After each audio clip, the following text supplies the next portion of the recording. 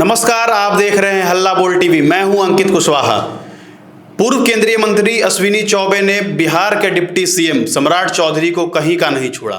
क्या बोला है अश्विनी चौबे ने और क्यों बोला है, आइए इसको जानने के लिए हमारे साथ हैं हल्ला बोल टीवी के संपादक दीपक शर्मा।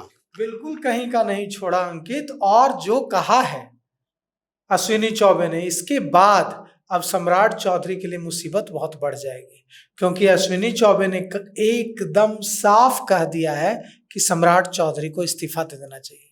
और उदाहरण भी दिया है। कौन सा उदाहरण दिया है?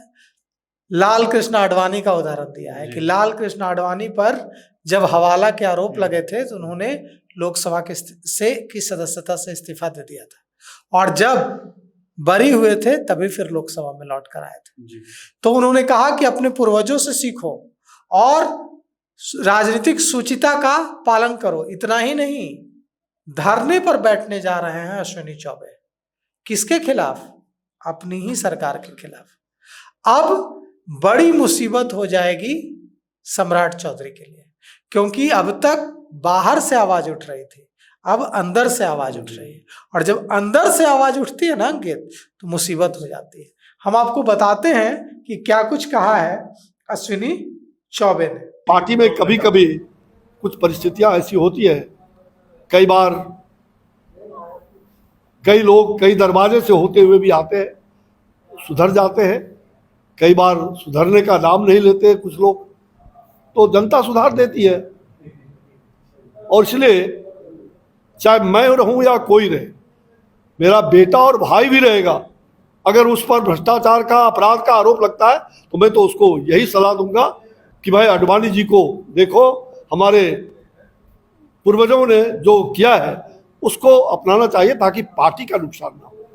देखिए, अश्विनी चौबे ने कहा है कि 11 तारीख को जेपी के आवास पर उपवास करेंगे ताकि राजनीति में शुचिता रहे। आप सोचिए कि ये उपवास आरजेडी के खिलाफ है, ये उपवास कांग्रेस के खिलाफ है, ये उपवास सम्राट चौधरी के खिलाफ है, ये उपवास भारतीय जनता पार्टी के खिलाफ, ये उपवास अब इस सीधे सीधे वो ये नहीं कह रहे हैं कि मैं सम्राट चौधरी के इस्तीफे की मांग को लेकर उपवास पर बैठ रहा हूं वे, लेकिन इशारों में वे इस्तीफा ही मांग रहे हैं। वे कह रहे हैं कि मैं 11 तारीख को 11 अक्टूबर को जेपी के आवास पर एक दिन की भूख हड़ताल पर बैठने जा रहा हूं, और अपराध और भ्रष्टाचार के मुद्दे पर अब अपनी ही सरकार को घेर लिया है। अपनी ही सरकार के डिप्टी सीएम, उप मुख्यमंत्री को जो है सम्राट चौधरी, उनको घेर लिया है। उन्होंने कहा है कि मैं सम्राट को सलाह देता हूं, और उन्होंने कहा है कि आडवाणी जी को देखो, पूर्वजों ने जो किया है उससे कुछ सीखो। अश्विनी चौबे ने कहा है कि राजनीति में शुचिता बनी रहनी चाहिए। उन्होंने कहा कि बिना नाम लिए सब कुछ कह दिया। क्या कहा? उन्होंने कहा कि पार्टी में कुछ लोग पिछले दरवाजे से आते हैं, कुछ सुधर जाते हैं और कुछ सुधरने का नाम नहीं लेते, उन्हें जनता सुधार देती है।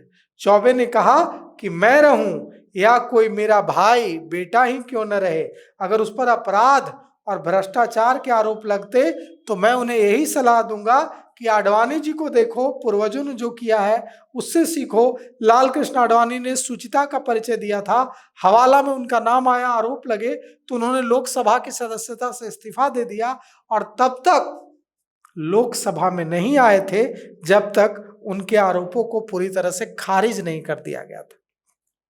अश्विनी चौबे ने कहा है कि मैं अब लोकसभा या विधानसभा का चुनाव अपने जीवन में नहीं लड़ूंगा, चुनावी राजनीति से दूर हूं, मैं सक्रिय पार्टी कार्यकर्ता के रूप में काम करता रहूंगा और एनडीए को बिहार में मजबूत करूंगा। उन्होंने दावा किया कि एनडीए पूर्ण बहुमत के साथ बिहार में सरकार बनाएगी।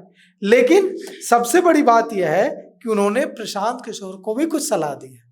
प्रशांत किशोर को उन्होंने क्या सलाह दी है कि अगर आपके पास डॉक्यूमेंट्स हैं, पेपर्स हैं, तो सिर्फ आरोप नहीं लगाना है, राज्यपाल को भेजिए, राष्ट्रपति को भेजिए, प्रधानमंत्री को भेजिए, कोर्ट जाइए। लगता है प्रशांत किशोर ने अश्विनी चौबे की बातों को बेहद गंभीरता से ले लिया है। क्यों? प्रधानमंत्री को जन स्वराज के राष्ट्रीय अध्यक्ष उदय सिंह ने पत्र लिख दिया और गवर्नर साहब से मिलने, आरिफ मोहम्मद खान साहब से मिलने महामहिम के चौखट पर पहुंच गए। कौन? जन स्वराज के राष्ट्रीय अध्यक्ष उदय सिंह और जन स्वराज के प्रदेश उपाध्यक्ष मनोज भारती। यह अलग बात है कि वहां उनकी मुलाकात महामहिम से नहीं हो सकी। इससे बेहद नाराज भी दिखे उदय सिंह। और आप ही से खास बातचीत में अंकित, उदय सिंह ने कहा कि बुलाया था राज्यपाल साहब ने, महामहिम ने मिलने के लिए, लेकिन लगता है उन पर बड़ा राजनीतिक प्रेशर है, बुला कर नहीं मिले। दुख साफ साफ झलक रहा था, पीड़ा साफ साफ झलक रही थी, लेकिन उन्होंने ये कहा कि मैंने सारे पेपर्स दे दिए हैं और अब देखिए ये जो पेपर्स दिए हैं, इन पेपर्स को गवर्नर देखते हैं उन पर क्या कार्रवाई। जन स्वराज के एक नेता थे किशोर मुन्ना, उन्होंने कहा कि राज्यपाल वहां मौजूद थे लेकिन हम लोगों से नहीं मिले। बिल्कुल, किशोर कुमार वरिष्ठ नेता हैं जन स्वराज के, पूर्व विधायक हैं। उन्होंने भी कहा और अध्यक्ष ने खुद कहा, जन स्वराज के राष्ट्रीय अध्यक्ष ने खुद कहा कि नहीं मिले। तो अब सवाल उठता है कि बुलाकर महामहिम नहीं मिले, उदय सिंह कह रहे हैं कि राजनीतिक प्रेशर है।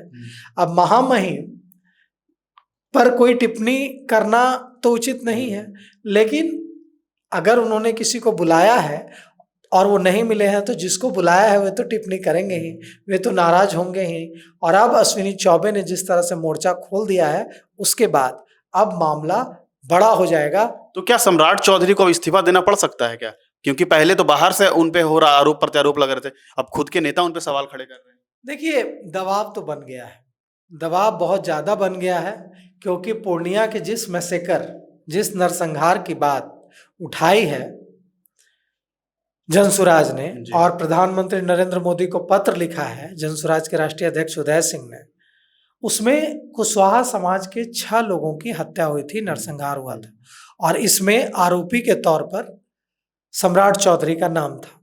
बाद में यह कहा गया है कि सम्राट चौधरी नाबालिग होने का सर्टिफिकेट देकर छूटे। आरोप लगाया है प्रशांत किशोर ने, उदय सिंह ने, कि इसलिए नहीं छूटे कि कोर्ट को लगा कि निर्दोष हैं, इसलिए छूटे कि कोर्ट को बताया गया कि वे जिस समय घटना हुई उस समय 15 साल के थे, नाबालिग थे।